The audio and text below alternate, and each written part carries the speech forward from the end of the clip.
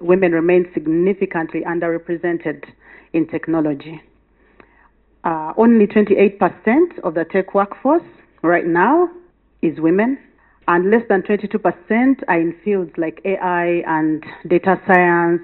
And in higher education right now, in 3 students, only 1 will be a girl or a woman. Here in Uganda, the story is quite similar, if not worse. When you look at the problems these entrepreneurs are solving, not just that they're women, but that the problems they're solving as businesses. And so the idea is that how do we work with them to find the unique opportunity, strengthen their unique approach, and then build a path to scale. We started this initiative in April 15th, and today we crowned the winners.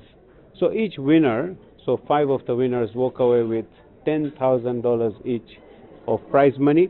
This is grant money as we call it, and this is really to scale up their ambitions on their technology business. Bakyala enkolagana ya ICT twagirekera abaami kubanga tulowooza nti be basobola okukakaalukanamu eyo engeri y'obukozesa tekinologyiya mu ngeri y'enjawulo okusobola okugyawo obuzibu bwonna bwe tusanga mu nsi yaffe eno Uganda n'okutwaliza awamu.